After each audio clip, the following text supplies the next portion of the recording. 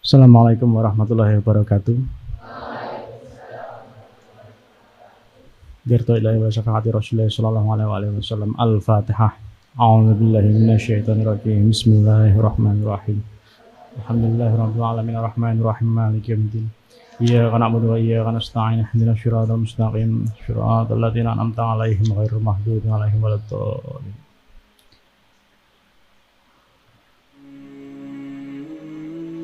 Ini untuk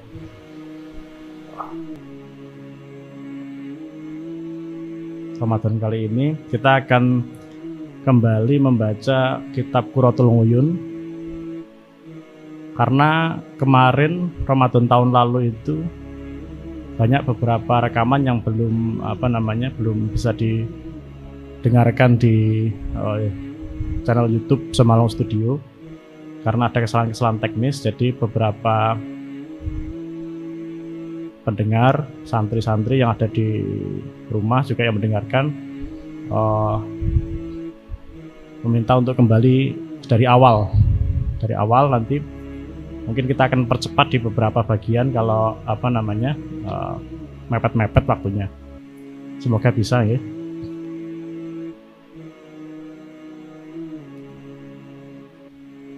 Bismillahirrahmanirrahim. Allahumma sholli ala sayyidina Muhammadin abdika wa rasulikan nabiyil ummiyi wa ala alihi wa sahbihi wa sallim taslimam biqadri azamati dzatika fi kulli waqtin wahin. Ya Allah, mugi panjenengan paring tambahi rahmat takzim atas junjungan kita Nabi Agung Muhammad sallallahu alaihi wasallam. Ini saya juga mungkin akan sedikit mencampur bahasa biar teman-teman yang mendengarkan dari YouTube Semalung Studio juga yang tidak bisa berbahasa Jawa juga bisa ini. Ya. Kalau yang nanti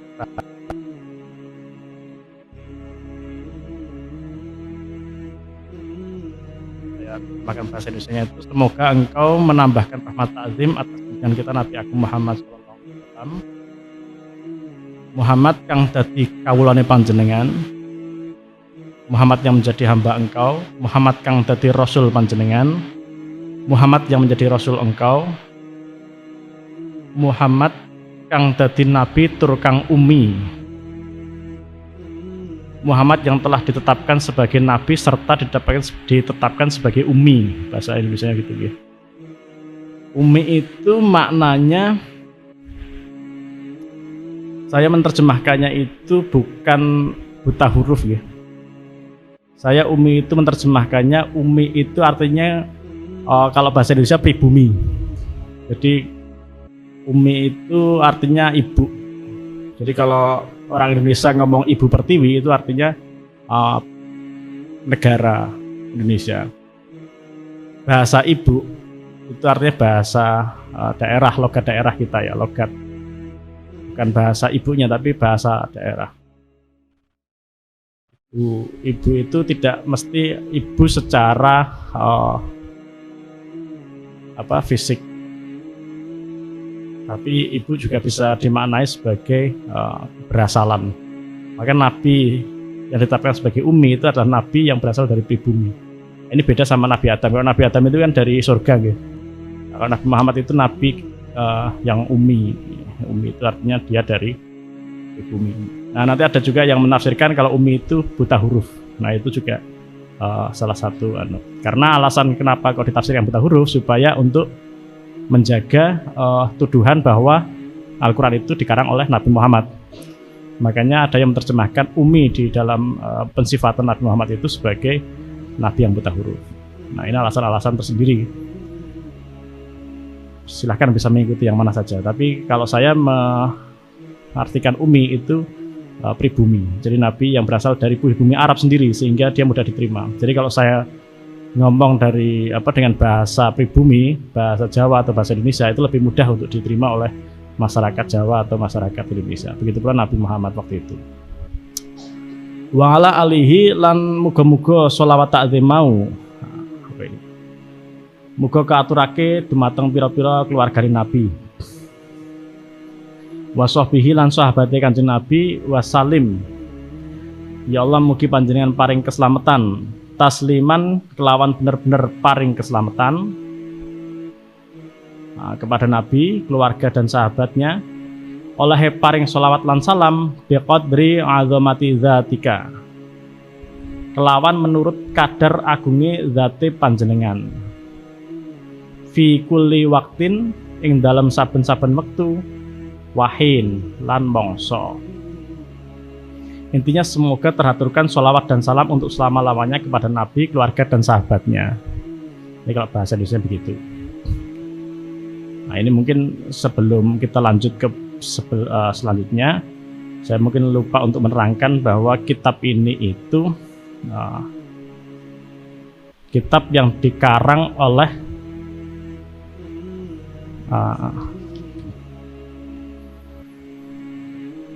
Syekh Muhammad At-Tahami ya. Nama kitab lengkapnya ini Qurratul Uyun bi Syarhi Nazim Ibni Yamun. Jadi Syekh Muhammad At-Tahami Ibnu Madani ini mengarang kitab yang kemudian diyakini bahwa dia ditulis pada tahun 1305 Hijriah, atau kalau dimasehikan berarti 1884 Masehi. Nah, jadi ini kitab yang kalau di Somalangu itu berarti ya eranya Syekh Abdul Kafi Sani ya. Ini era Belanda zaman dulu, kolonial Eropa yang muncul perang dunia pertama itu. Kitab ini ditulis oleh seorang ulama dari Maroko ya.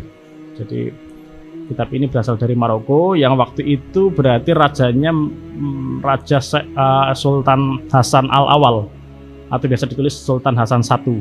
Waktu itu beliau melakukan perang besar terhadap perlawanan terhadap Spanyol. Waktu itu Spanyol mau menguasai Maroko. Jadi kalau dulu Indonesia berjuang melawan penjajah Belanda, di Maroko itu berjuang melawan Spanyol dan kemudian nanti Prancis.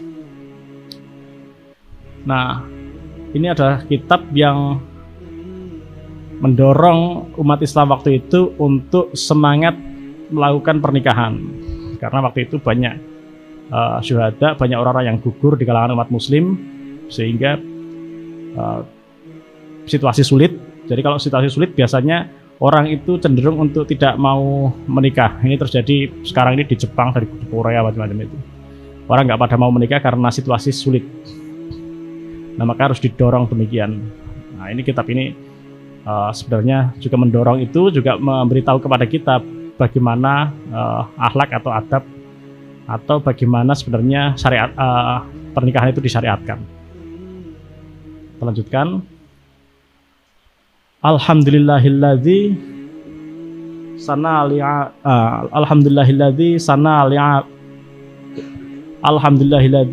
li'ibadihin nikah. Utawi sekabehane puji iku tetep kaduwe Allah. Segala puji milik Allah. Allah zat yang mensunahkan, mensyariatkan li'ibadihi kanggo para kawulane, kepada para hambanya, mensyariatkan an-nikaha ing nikah, membuat aturan hukum menikah. Nah, di sini mungkin perlu saya sampaikan dulu. Nah, nikah ini disyariatkan oleh Allah kepada para hambanya. Jadi sebelumnya mungkin saya bertanya dulu, nikah ini termasuk ibadah atau budaya? Ada yang ibadah, ada yang budaya gak ini? Yang punya pandangan kalau nikah itu budaya, ada atau tidak? Ibadah semua nggih? Nah, bedanya ibadah sama budaya itu apa? Kalau ibadah itu hanya dilakukan oleh umat Islam saja atau umat beragama tertentu. Nah, tapi kalau budaya itu dilakukan oleh orang selain umat Islam sama yang ghairi muslim orang yang bukan umat muslim juga mengerjakannya. Nah, itu budaya. Nah, nikah ini kira-kira hanya dikerjakan oleh umat muslim saja atau orang yang tidak beragama sekalipun juga mengerjakannya?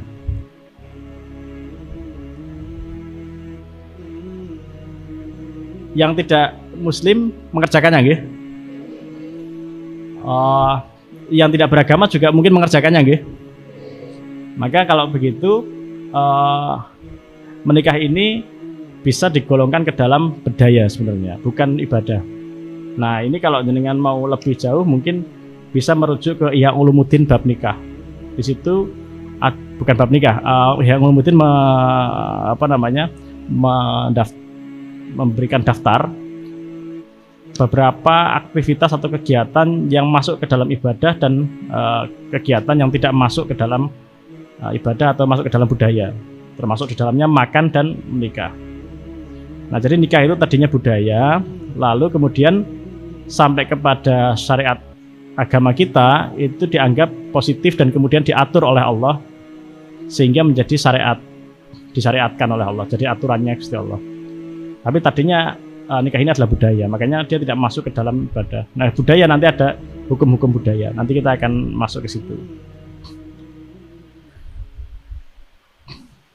Wanaha lan wus nyegah sapa Allah, telah menyegah Allah hum ing para kaulane, dan Allah telah mencegah para hambanya, dicegah ani sifahi,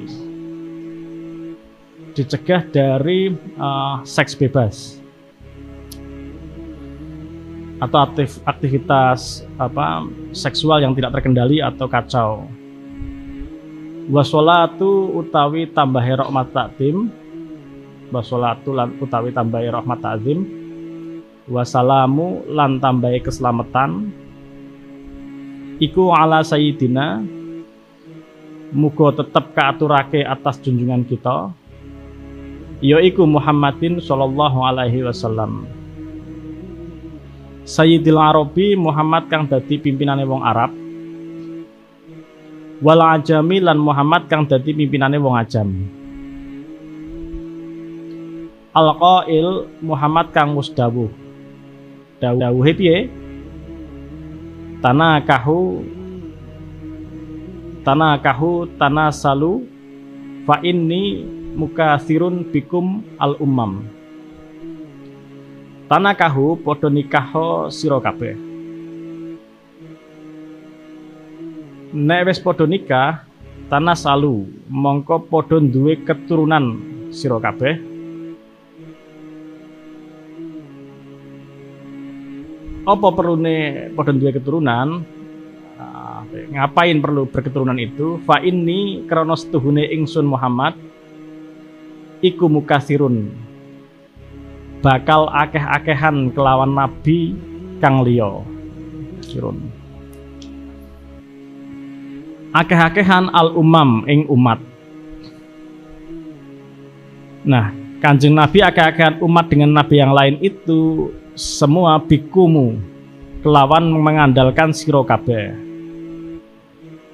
Nah, salah satu motif dari dianjurkannya menikah adalah supaya umatnya Nabi Muhammad itu bertambah lebih banyak daripada umat nabi lain. Misalnya kalau kita melihat bahwa umat Kristen itu umatnya Nabi Isa, maka hari ini itu umat Kristen jumlahnya lebih banyak daripada umat Islam. Nah, ini kalau keinginan Nabi ini masih belum tercapai kalau kita nggak banyak berketurunan. Karena Nabi meyakini bahwa syariat yang dibawa beliau itu akan menjadi rahmat bagi seluruh alam, makanya perlu untuk keturunan-keturunan dari umat Nabi Muhammad ini memenuhi atau lebih banyak daripada umat Nabi lain, supaya rahmatnya dari Nabi Muhammad ini lebih tersebar luas. Lan sholawat serta salam mau wa ala alihi muga tetep kaaturake atas keluargane Nabi at-thayyibi kang suci-suci tur bagus-bagus. Wa ashabihi lan sholawat salam mau muga kaaturake atas pira-pira sahabat Nabi. Wa azwajihi lan sholawat salam mau muga kaaturake atas pira-pira garwane Kanjeng Nabi. Ummahatil mukminin, para garwane Nabi kang dadi ibu bagi orang-orang mukmin. Wattabi'ina lan sholawat salam mau muga kaaturake atas wong-wong kang manut marang Nabi lan para sahabat. Waman lan wong akeh tabi'a kang manut sapa man hum ing tabingin ila yaumiddin tumeka maring dina pembalasan.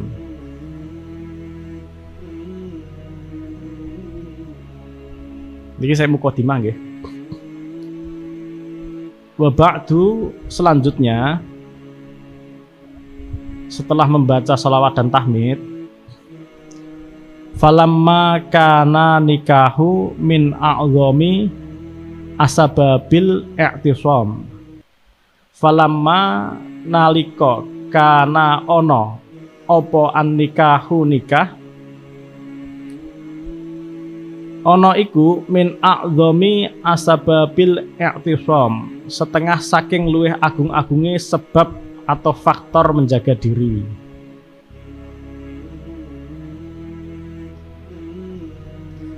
Menjaga diri dari ikhtilatun nasab.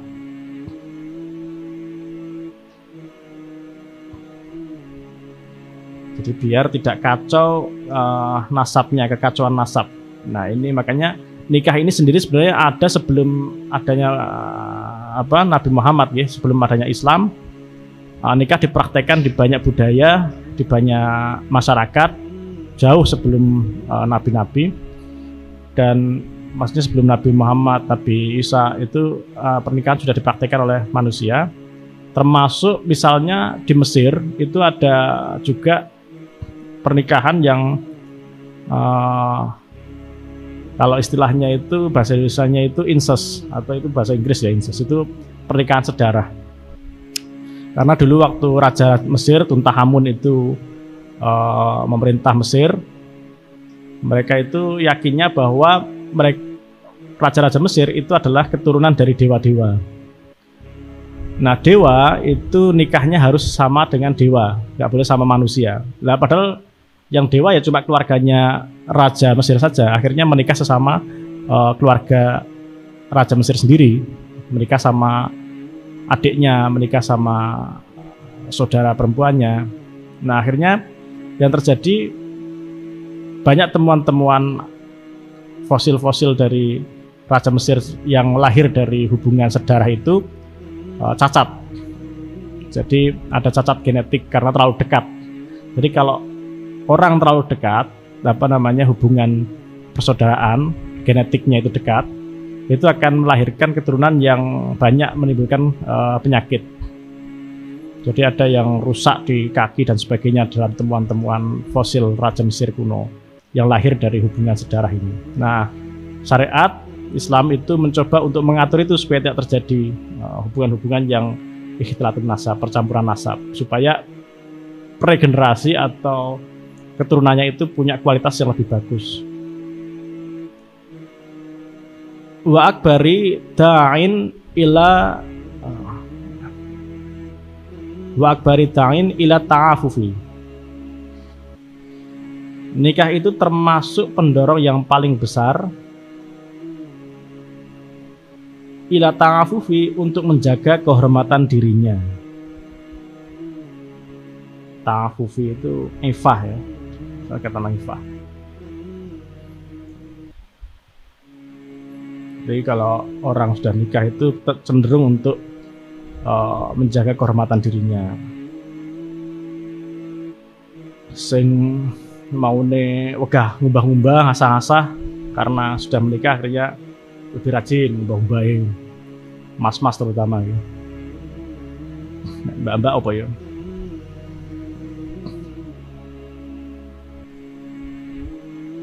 Karena biasanya kan yang laki-laki diomong sama istrinya buat biar bener, perpakaiannya bener.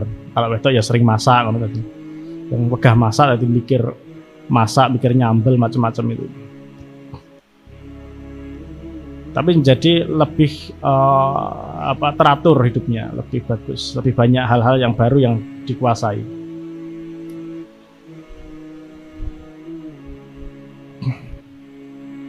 Watahasuni ini tahasun dari kata hisnun ya, artinya benteng, membentengi. Berarti watahasuni dan membentengi diri minal auzari dari dosa-dosa, saking dosa-dosa, wal asami dan dosa sebab terdapat bahaya.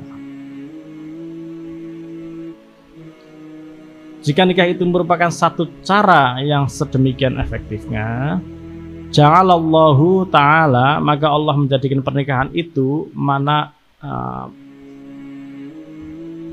ala ibadihil mu'minina, menjadi anugerah para hambanya yang mukmin, para hambanya yang mukmin, warahmatan dan rahmat, jadi anugerah dan rahmat. Nah, di sini sebenarnya maknanya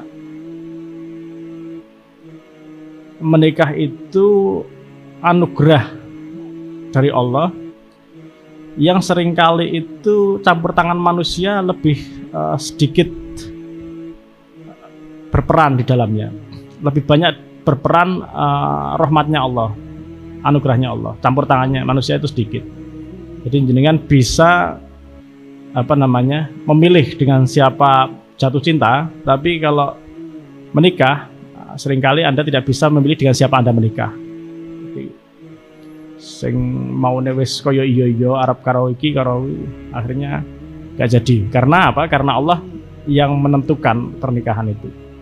Walaupun Anda secinta apapun, tapi kalau Allah tidak menentukan, nah itu susah. Makanya Arab iki memang harus banyak merayu Gusti Allah biar sesuai dengan yang Anda inginkan. Nah, ini maksud dari nikah itu merupakan rahmat dari Allah, anugerah dari Allah.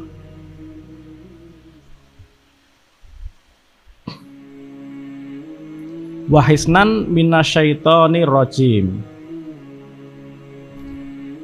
dan nikah Allah jadikan benteng dari godaan syaitan yang terkutuk. Wa ismatan, dan nikah Allah jadikan sebagai ismah, sebagai perlindungan.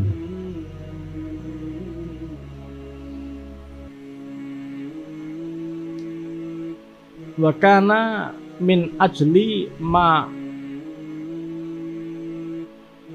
ulifa fi adabihi, sementara adalah di antara seagung-agung kitab yang dikarang tentang adab-adab nikah,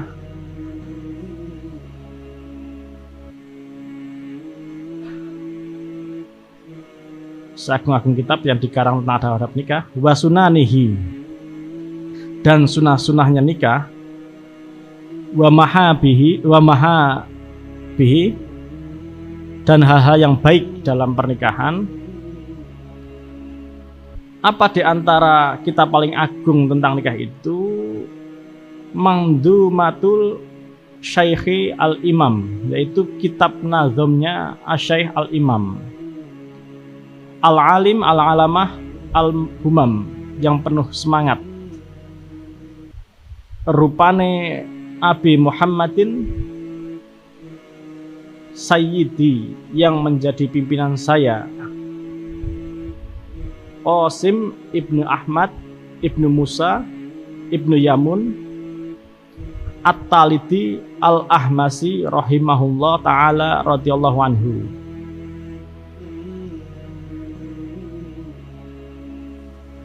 Nah, ini rujukannya Imam At-Tahami, Syekh Muhammad At-Tahami merujuk kepada tadi Qasim ibnu Ahmad ibnu Musa ibnu Yamun, atau syairnya Ibnu Yamun biasanya lebih dikenal.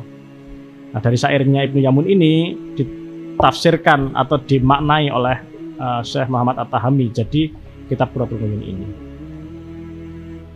Ahbabtu an adha'a 'alaiha, maka saya ingin an adha'a, untuk mengarang, 'alaiha, an adha'a, untuk mengarang, 'alaiha, atas nazoman tentang nikah tersebut bi'aunillah dengan pertolongan Allah. Ngarang apa? Syarhan, saya ingin ngarang sarah.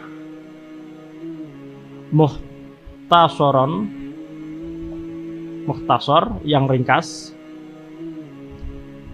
Yahilul fadhoha, yang mana sarah yang ringkas ini mampu menguraikan, menjabarkan lafaz-lafaznya. Fadhoha, al-fadhoha itu lafaz-lafaznya nazoman itu, nazoman Ibnu Yamun. Wa yubayyinu, dan menerangkan opo syarah, menerangkan ma'aniyah, dan menerangkan ma'aniha, makna-maknanya nazoman. Wes kono ya.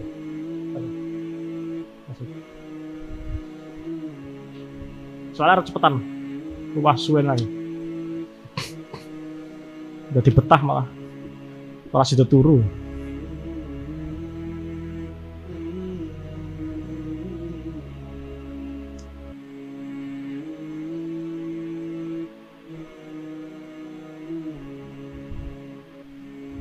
Bayu bayinu, dan menerangkan apa syarah, menerangkan ma'aniha, makna-maknanya nazoman, min ghairi iksari mumillin wala ikhtisarin muhillin.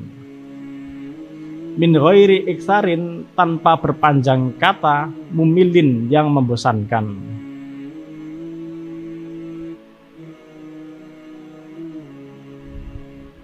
Tapi wala ikhtisarin, juga tidak terlalu singkat, muhillin, yang mengurangi makna. Pas, tidak panjang lebar, tapi juga tidak terlalu singkat, yang akhirnya maknanya berkurang. Yantafi'u, insyaallah akan mengambil manfaat,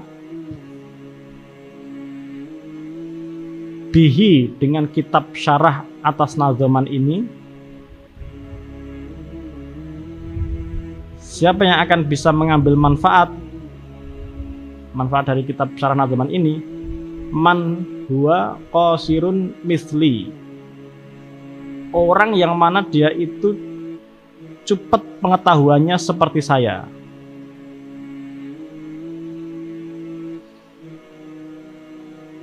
Au huwa ala syakilati, atau dimanfaatkan oleh orang yang dia itu semacam saya ini. Wasamaituhu qurratul uyun, saya beri nama syarah ini dengan nama kitab Qurratul Uyun,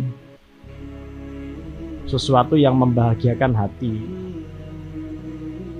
Qurrah itu berkaca-kaca, ain itu mata. Jadi Qurratul Uyun itu mata yang berkaca-kaca. Maksudnya itu karena pernikahan itu membuat saking bahagianya sehingga mata berkaca-kaca. Tapi apakah mata berkaca-kaca itu selalu bahagia? Iki jangan-jangan pas pernikahan mata berkaca-kaca itu karena sedih melihat mantannya di pernikahan, itu bisa saja Qurratul Uyun, bisa saja matanya berkaca-kaca. Jadi berkaca-kaca, mata berkaca-kaca, tapi yang dimaksud di dalam Qurratul Uyun ini maksudnya adalah mata berkaca-kaca yang membahagiakan hati. Saking senangnya, bukan saking susahnya.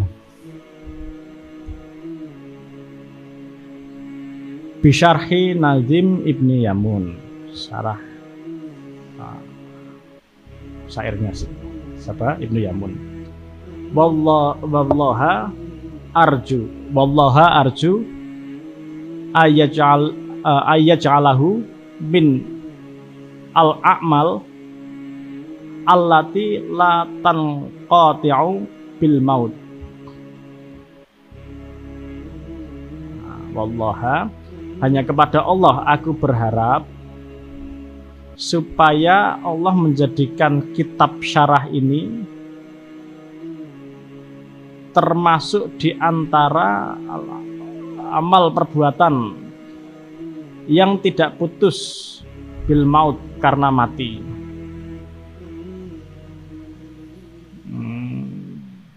Di amal jariahnya Syekh Muhammad At-Tahami, harapannya sang musonef adalah kitab ini memberikan manfaat yang pahalanya nggak terputus karena mati. Wala tu'ibu sahibaha, dan tidak mengakibatkan kepada pemilik amal-amal itu apa hasratu al-fauti,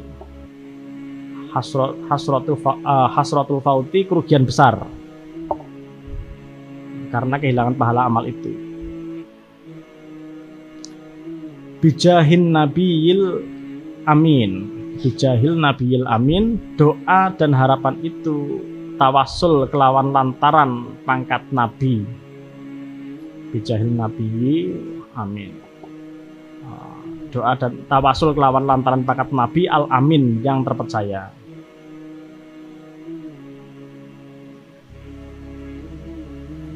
Alaihi afdalu as-sholati wa aska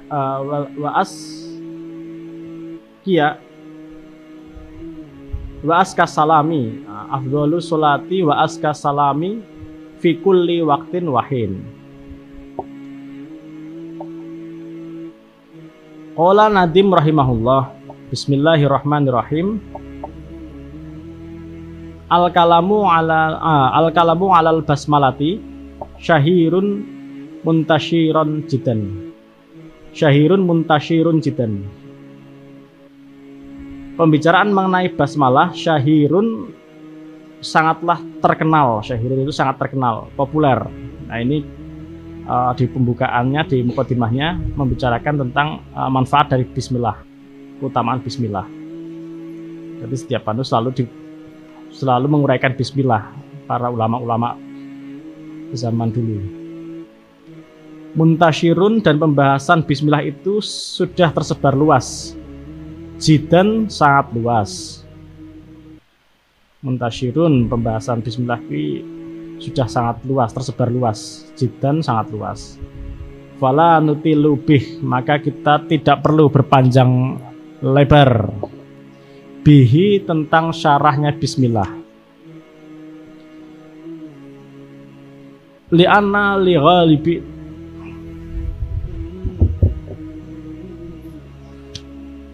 li'anna li ghalibil fununi li'anna li ghalibil fununi al-ilmiyah ta'aluqan biha, karena pada umumnya bidang-bidang keilmuan itu mempunyai ta'aluqan, keterkaitan pembahasan biha dengan basmalah. Hampir semua bidang fan ilmu ini memiliki keterkaitan dengan bismillah atau basmalah. Nah, ini dulu begitu, kalau lama ulama itu sering membahas bismillah dulu, keutamaan bismillah dulu, sehingga mendorong para santri untuk membaca bismillah karena tahu manfaatnya bagi proses mengaji. Walidzalika afrodahan nasu bitasnif, karena saking panjang lebarnya pembahasan basmalah itulah afrodaha menyendirikan tentang basmalah an-nasu, para ulama. An-nasu ini para ulama ya. Bitasnif, dengan membuat karangan tersendiri. Karena panjang lebarnya manfaat atau keutamaan bismillah ini, sampai-sampai para ulama itu membuat kitab tersendiri tentang khusus tentang membahas tentang bismillah. Wa naktasir, baiklah kita cukupkan ala zikri hadisin musalsal. Baiklah kita cukupkan untuk menyebutkan satu hadis saja, yang mana hadis itu musalsal. Jadi dari sekian banyaknya dasar dari keutamaan bismillah, Syekh Muhammad At-Tahami mau mengambil satu contoh saja, menukil satu hadis saja, yang mana hadis itu musalsal. Musalsal itu bersambung rantai sanadnya dari penulis kitab ini sampai Kanjeng Nabi itu, dia mengambilnya secara musalsal, bersambung-sambung. Waridin fi fadliha, yang mana hadis itu datang dalam rangka menerangkan fadilahnya basmalah. Kenapa perlu menerangkan hadis tentang ini? Tabarukan biha, krono ngalap barokai basmalah. Nah ini kenapa dadak kudu, kenapa harus membahas bismillah ini, karena berharap barokah bismillah ini bisa kita dapatkan, termasuk ketika membahas satu hadis di dalam keutamaan bismillah. Fanaqul, baiklah kita ucapkan, kita kutip. Naqala sahibu miftahul falah. Naqala sahibu miftahul falah. Telah menukil si pengarang kitab Miftahul Falah. Dinukil dari mana? Dinukil dari Anil Futuhatil Makiyah, dari kitab Al-Futuhat Al-Makiyah. Yang menukil maf'ulnya naqala.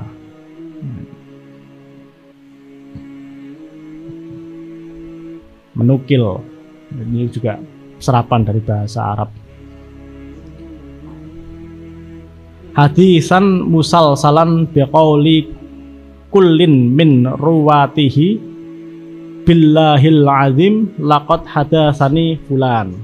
Nah, ini bunyi dari hadis musalsalnya dengan ucapan masing-masing. Dengan ucapan masing-masing dari setiap para perawi-perawinya sebelum meriwayatkan ke muridnya, semua perawi itu ngucap billahil azim laqad hadatsani fulan. Artinya itu, demi Allah yang Maha Agung, si fulan pernah menceritakan hadis padaku. Jadi ditarik ke atas, semuanya ngucap begitu, billahil azim laqad hadatsani fulan. Nah sekarang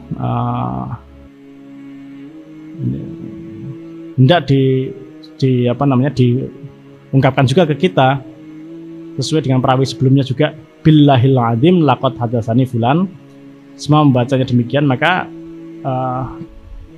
saya Muhammad At-Tahami membaca juga demikian, billahil azim ila Anas ibni Malik. Billahil azim ila Anas ibni Malik, sambung sanadnya begitu terus ya, billahil azim sampai kepada Anas ibni Malik radhiyallahu anhu. Wa qala, Anas juga begitu, juga mengucap billahil azim laqad hadatsani Abu Bakrin As-Siddiq. Anas berkata demikian, juga Abu Bakar juga begitu. Gimana? Billahil azim laqad hadatsani. Nah itu Sayyidina Abu Bakar juga mengutip dari Nabi, billahil azim laqad hadatsani Muhammad al-Mustafa sallallahu alaihi wasallam. Nabi juga demikian. Nah ini karena dari Nabi, billahil azim laqad hadatsani Jibril. Benar-benar pernah bercerita kepadaku malaikat Jibril. Intinya ngono.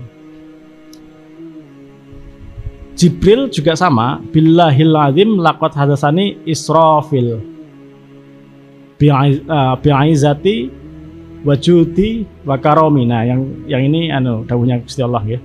Billahil azim laqad hadatsani Israfil. Nah ini Jibril meriwayatkan bahwa Israfil itu mendapat dawuh dari Allah. Nah ini Allah yang dawuh. Dawuhnya Allah, bi'izati, demi kemuliaanku,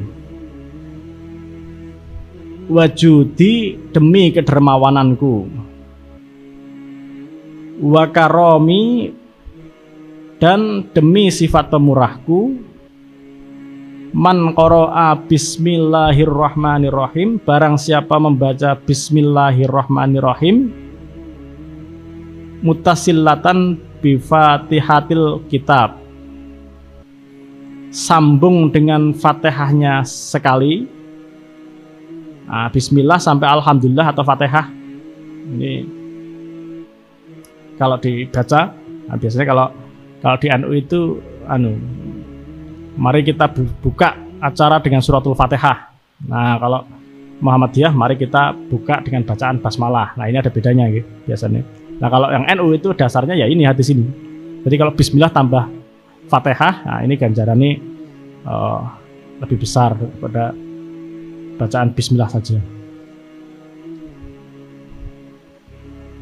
Demi bingizati tadi ya, kemuliaanku, demi wajudi kedermawananku, dan demi wakaromi sifat pemurah, sifat murah Gusti Allah, sifat pemurahku, wakaromi. Barang siapa membaca Bismillah sekaligus gandeng Fatihah marotan wahidah, sekali saja, hei para malaikatku semuanya, ishhadu alayya ani qad ghafartullah wa qabiltu minhu al hasanah wa tajawwaztu anhu sayyi'ah.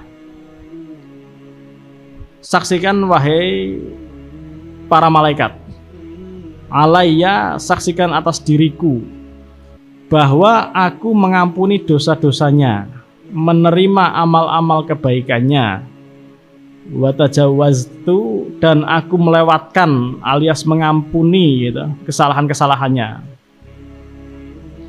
Wala ahriqu lisanahu finnar, dan yang pernah membaca basmalah, dan Fatihah itu tidak akan Allah bakar, tidak akan aku bakar lisannya dengan api neraka. Wa akhiruhu min adzabil qabri, dan aku lindungi dia dari azab kubur. Wa adzabin nar, dan aku lindungi dia dari azab neraka. Wa adzabil qiyamah, dan aku lindungi orang yang tadi membaca Bismillah dan Al-Fatihah itu dari siksa pada hari kiamat. Wa adzabil qiyamah. Nah, ini Ajara yujri itu maknanya melindungi. Jadi Allah melindungi dari siksa pada hari kiamat. Wa yalqani qablal anbiya, orang yang baca basmalah gandeng Fatihah tadi itu, kata Allah ya, akan bertemu saya, bertemu Gusti Allah ya, sebelum para nabi, wal aulia, dan sebelum para aulia atau wali, ajmain, semuanya. Karena apa, nabi itu kalau mau masuk ke dalam surga itu atau mau nemui Allah itu karepe iki kabeh umat selamat sik kabeh. Masukkan dulu semua umat, baru nabi atau para aulia, para pemimpin yang benar itu biasanya memastikan seluruh umatnya masuk dulu ke tempat sing kepenak, wis kepenak kabeh nembe mau masuk. Kudu wae nek guru yang ngono kuwi, nek santri-santri belum pada masuk ya saya nggak masuk. Ya kalau sudah masuk semua, nah baru wis mapan ya masuk. Cek sih sing masuk sapa. Nah ini Nabi juga demikian sama umatnya, nanti ngecek sih sing urung mlebu di umatku. Ini orang-orang yang baca bismillah dan alhamdulillah itu akan masuk dulu sampai Nabi memastikan sampai dia masuk dulu. Kalau dia nggak masuk, Nabi sama para aulia nggak mau masuk dulu. Nah, saya kira niku mawon riyen mukadimah. Sekap samonten nggih. Al-Fatihah. A'udzubillahi minasyaitonir rajim. Bismillahirrahmanirrahim. Alhamdulillahirabbil alamin arrahmanirrahim maliki yaumiddin. Iyyaka na'budu wa iyyaka nasta'in ihdinas siratal mustaqim siratal ladzina an'amta 'alaihim ghairil maghdubi 'alaihim waladdallin. Taqabbalallahu minkum. Wassalamualaikum warahmatullahi wabarakatuh.